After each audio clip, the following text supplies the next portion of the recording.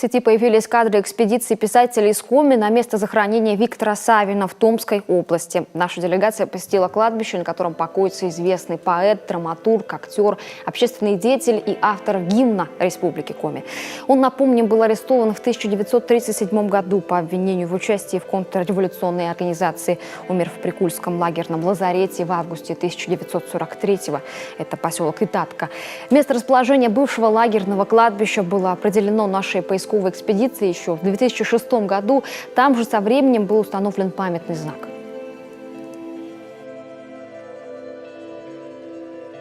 Огромное, большое кладбище, где похоронены тысячи. Почему? Потому что, пойдемте, я вам покажу, что это такое. Никто не знает, кто здесь, что здесь. Может быть, когда-то и узнают, так как вы, например, через много-много лет узнали. Вот посмотрите, вот это было вот такие вот большие, огромные ямы, куда кидали обычно ночью, сказали. Просто кидали туда. Сегодня днем умерли. Здесь все это из этих... Вот это... Что-то конкретно найти, естественно, нельзя.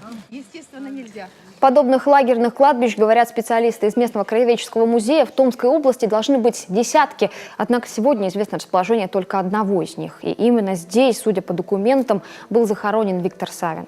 Человек, во многом определивший развитие коми-культуры. К слову, сейчас в Томской области поднимается вопрос о присвоении этому месту статуса мемориального. Ну а наша делегация передала в музей материалы о Викторе Савине. Они пополнят местную коллекцию экспонатов.